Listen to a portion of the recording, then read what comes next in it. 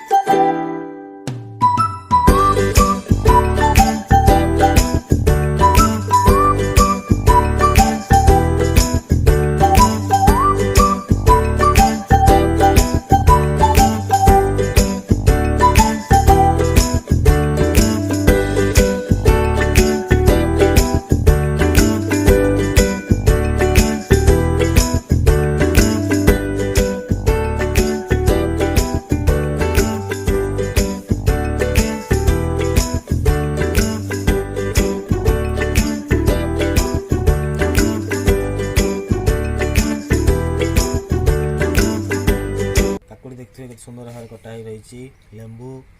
पुदीना पत्र धनिया पत्र देखिए लंका छुंक लंका अच्छी पाटू तो लाला आसीगला कहला बेलू कौन करवा देखिए शाग भजा शाग बड़ी भजा अच्छी आलू भर्ता अच्छी छोट पियाज अच्छी ये बड़ी चूरा